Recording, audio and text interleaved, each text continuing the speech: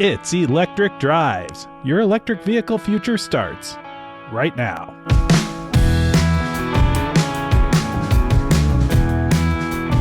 I'm your host, Anthony Algmin. It wasn't too long I started driving an electric vehicle, and it wasn't easy to learn everything I needed to know to make the transition. I created this show to make it easier for others looking to move to electric, and in a world of $5 and $6 gasoline, that's more and more people every day. Our goal with Electric Drives is to cover the basics. Brought to you by real people with real jobs, real commutes, real road trips, who are relying on real vehicles to get us to all of those. We're out there using electric vehicles in our normal lives, and we'll share the wisdom we've gained from living with these EVs every day. You can join in the conversation by sending your questions and topic ideas on to our Facebook group to questions@electricdrives.us, or you can become a patron at patreon.com/electricdrives to get more direct access and help support the show. We're here to share and learn together and reduce the confusion we encounter when going from gasoline to electric vehicles. Today, our Electric Drives bring us to meet my good friend and co-host, Bob Reese. Bob has been driving electric vehicles for years and was the key guide for me in my journey to EVs, and I'm delighted to have him join the show. Bob, welcome. Thank you for letting me twist your arm into doing this. And please just share your story of becoming an electric driver, and we'll kind of take it from there. Well, I appreciate the opportunity. I started driving, I've been driving in outside sales for about 30 years. And with gas prices getting high in the early 2013s, we bought a hybrid vehicle that allowed me to get better mileage, because then I could get like 47 miles to the gallon with a hybrid. And I noticed that a side benefit was that not only did I reduce my cost of operation, but also I was able to get longevity on brakes. I did my first brake change at 150,000 miles, and wow, tires lasted a good long time. I think I got 100,000 out of one set of tires, and it was just a real good way of reducing my costs. Then in 2015, I bought a plug-in hybrid, which acted like a gateway drug as far as transitioning to EVs, because I was able to get around 40 miles pure electric plug-in. So when I was on the road, if I was in a town like Peoria or something like that, I could charge at the hotel and do all my daily driving around town just on pure electric. And I really lowered my cost of operation at that point too. And a side benefit again was the brakes. The car now has 213,000 miles, and it's still on the original brakes. Just a lot less wear and tear.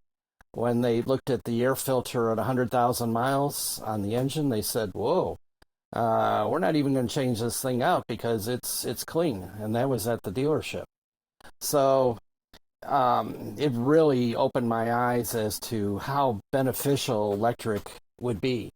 And since it was a plug-in hybrid, it used a gas engine as a motor generator. So it generated electricity with the motor and put it into the battery and extended the operation of the vehicle. Again, I lowered costs. Lube oil filter changes, I was getting at least 30,000, sometimes 40 or 50,000 miles, because the engine wasn't running hard. Mm-hmm. So then it was an easy transition in 2019, 2020 to make a purchase of two fully electric vehicles that have 250 miles range. And that really has been, again, an eye-opener as far as lowering my cost of operation.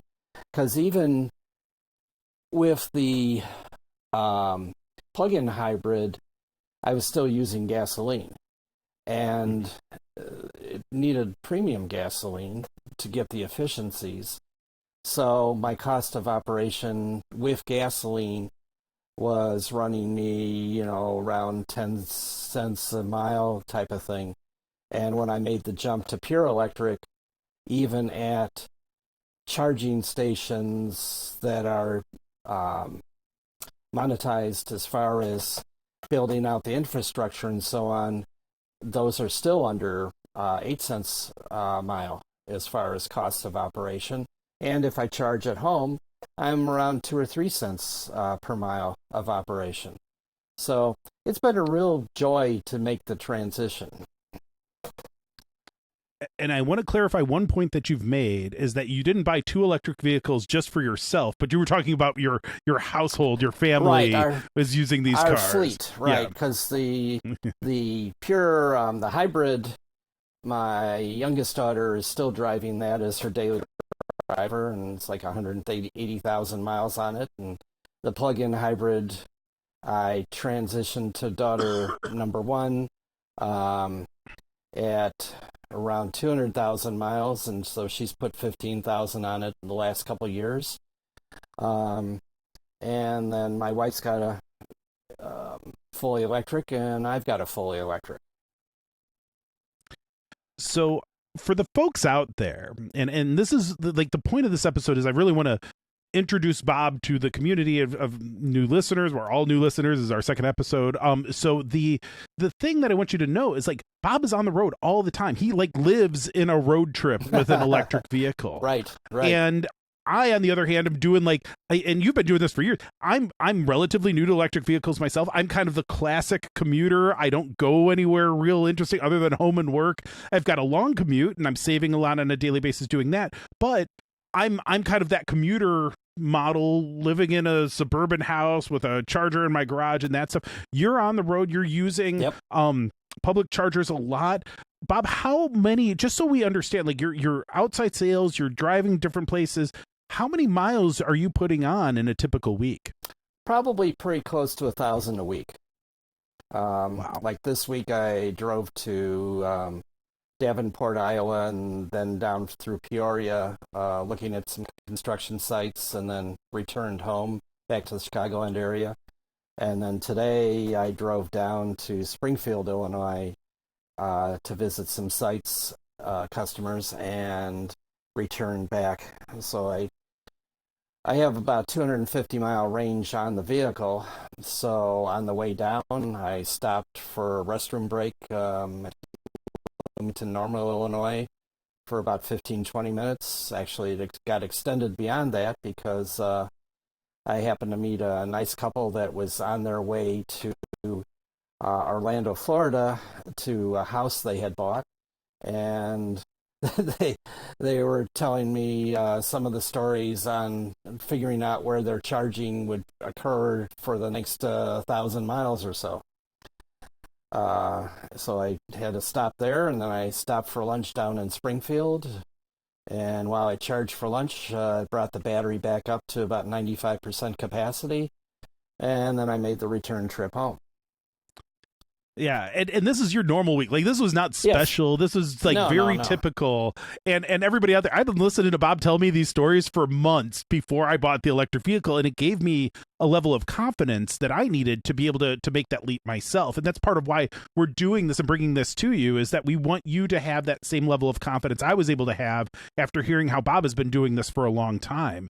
And it's really, too, I think, important for you to note that we both live in the Chicagoland area. And I think that the percentage uptake, at least from last year, for new electric vehicles was maybe 5% of car sales at the most. I think it was even less than that. This is not California. Yep. California is 30%, I think, now. And you see the charging infrastructure and all of that is much more built out. We're not California people here. We are in the Midwest. We're dealing with cold. We're dealing with hot. We're dealing with bad roads. We're a whole thing.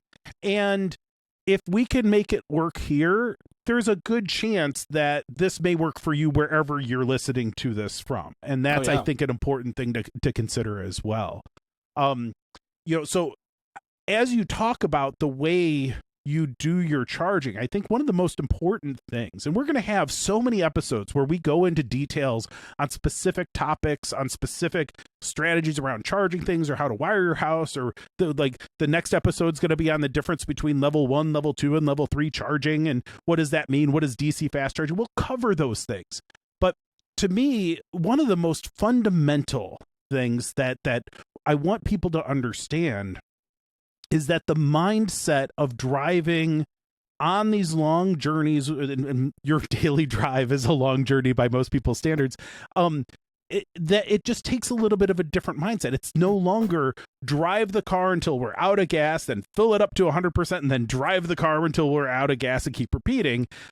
You talk about it's a lot more like a phone, or a lot more like a human, where you work for a while, you do your stuff, and then you rest for a while, you charge up a bit. You don't get back to 100% every time, but you get enough to get to that next goal, that next time where you're going to be able to take some rest. And it's changing that mindset from that 0 to 100 mentality to kind of a 20 to 80 mentality. And we'll talk about some of those things, and we'll get into more complex topics over time, like charging curves and why charging to 80% is kind of that gold standard.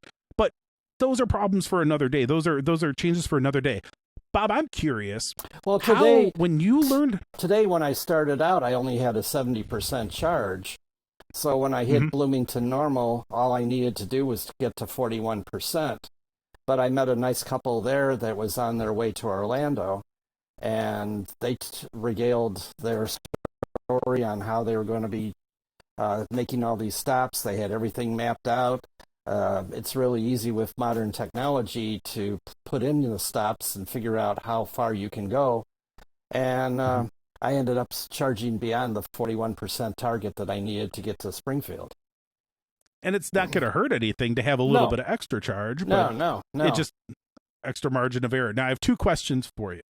One is, we're now providing resources for people to make this a lot easier. And there's a lot more resources available online and all of that to learn how to drive electric. And there's, trip planners and all these things to help ease that.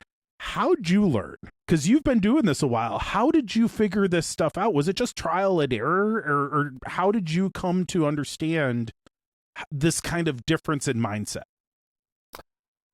Part of it was with the plug-in hybrid that I had, because I could see that they were building the infrastructure for DC fast chargers, or otherwise known as level 3, along the roadways, and I could see that hotels were putting in destination chargers.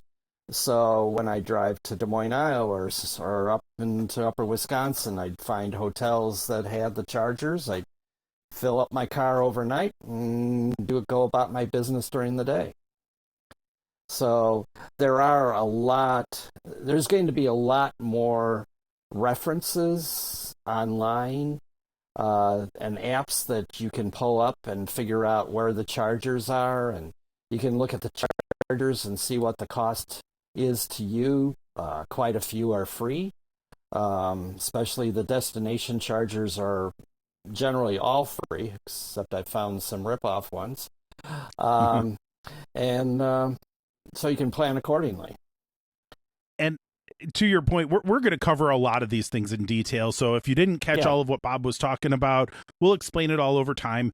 And then we'll get to a point where we can talk about, some of those interesting stories, those one-off things that you've experienced from your time on the road. I would ask you another two-part question, though. One, because you rattled off a lot of big numbers on the miles you've put on a car, on a few of your cars. How many total miles have you driven an electric vehicle, or the electric vehicles that you've owned? Rough ballpark. And then two, how many times have you been stranded with no battery and had to tow? Because this is how we address the fear, right? Yes.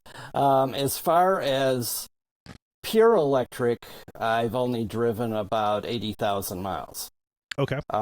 And that's on my current vehicle, which I've only had, it'll be coming up on 2 years at the end of this month. At the end of, August. But then the plug-in hybrid, I had that for 200,000 miles, And so I was able to gather experiences with where chargers are located and just get a general feel, find hotels that had chargers and that type of thing, enough to give me a comfort zone to make the leap to driving pure electric. Mm-hmm. And I've forgotten what the second part question you had. How many times stranded and had to tow? None.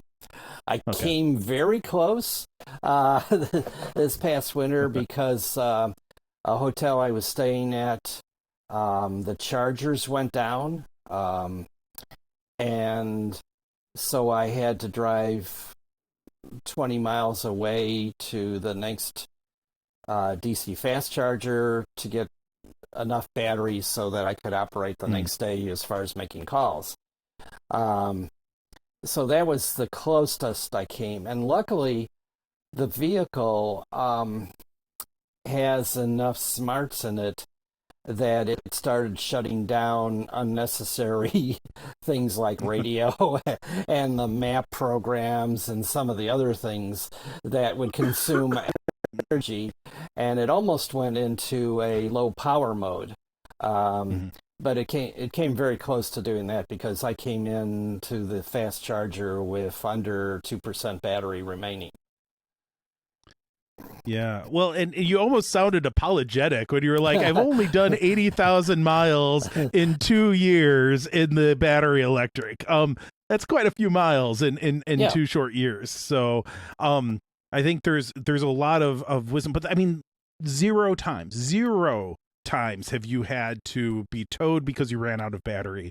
And I think there's a lot of fear out there that this is something that will happen frequently to people. Certainly to somebody who's driving on the edge. I laugh because it's kind of driving on the edge because you're putting so many miles on this car, but you're doing it in a very responsible way. We've had other conversations because I have a little bit more of a lead foot and I have a proclivity towards more performance oriented driving and automobiles and stuff. And so the notion of getting 100,000 miles out of any tires in any vehicle is kind of laughable to me. But I appreciate that you can drive in a very smooth and methodical way. But again, nice compliment in our co-hosts here, because we approach our vehicles and what we're getting out of them a little bit differently, what we need them for a little bit differently. Oh, yeah. So I think there's going to be a lot that we can share with folks on in that spirit and in that vein. So anything else? So we're about out of time for this kind of intro episode. And our next episode, we're going to be talking about the differences between level 1, level 2, level 3 charging. We're going to have a whole bunch of episodes that are going to be a little bit more topically focused. But in this intro, anything else that's like, if somebody who's thinking about an EV right now needs to know, like, anything that you wanted to tell them right now before we get into some of those details in these episodes to come. There are a lot of apps out there that help you. In the Chicago market, it's very hard not to find free chargers and chargers that cost money. Let's face it, the DC fast chargers that we'll get into later, those can cost $100,000 because of all the technology and work that has to go into put these into the ground. The one hotel that I had the issue with, they had undersized their equipment, and they put 235 amp chargers on a 40 amp circuit, and then wondered why they blew the fuses. And they had blown the fuses such that it wouldn't reset. So that's why I had to go to another town down the street. But then the infrastructure is getting built out. That same hotel is putting a DC fast charger in the back of their property, which will be part of the nationwide charging network setup, where they're going to have fast chargers every 50 miles. Or even less in this case. So things are getting built out. You can look at some maps of like the UP of Michigan, which I've been up to, and there's just a handful of chargers up there. DC fast chargers, but on some of the maps you can see that there's going to be a build out of equipment within the next couple of years.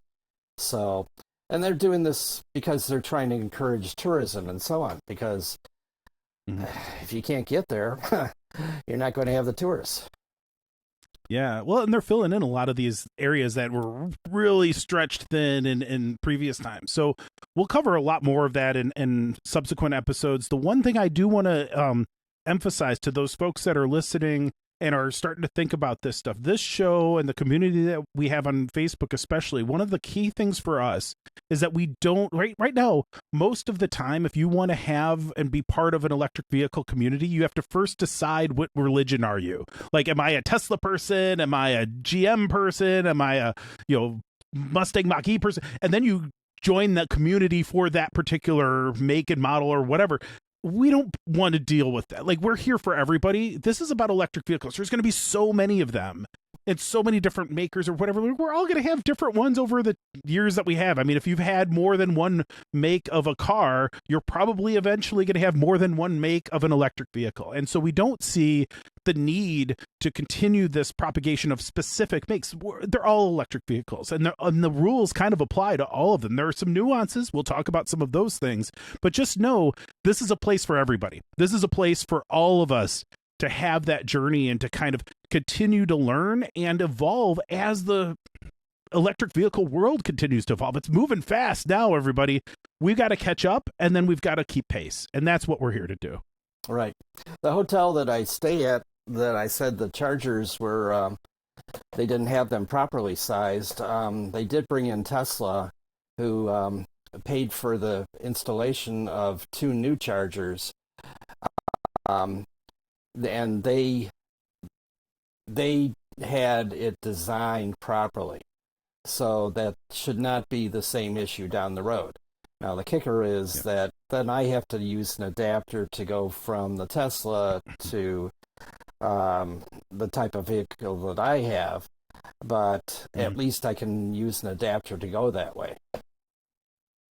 Right. And this is a cliffhanger for another episode, but and Teslas can use adapters to connect to the charging standards of all the other vehicles. And so we'll get into some of those details as well, because that's going to be important when you're actually going to make an electric vehicle purchase. You're going to want to know this stuff ahead of time, and you're going to want to know what comes with the car.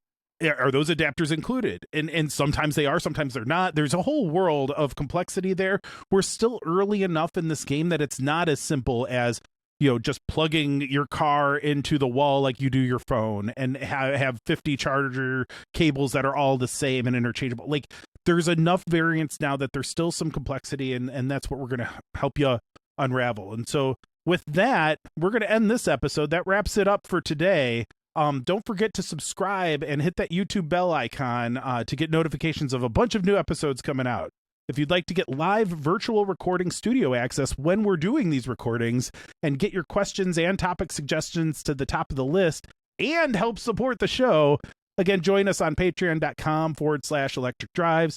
We always appreciate 5-star ratings and reviews, and we love your comments and feedback. Visit our website at electricdrives.us. Join our Facebook group. Thank you for spending some time with us, and we wish you a smooth road ahead on your own electric drive.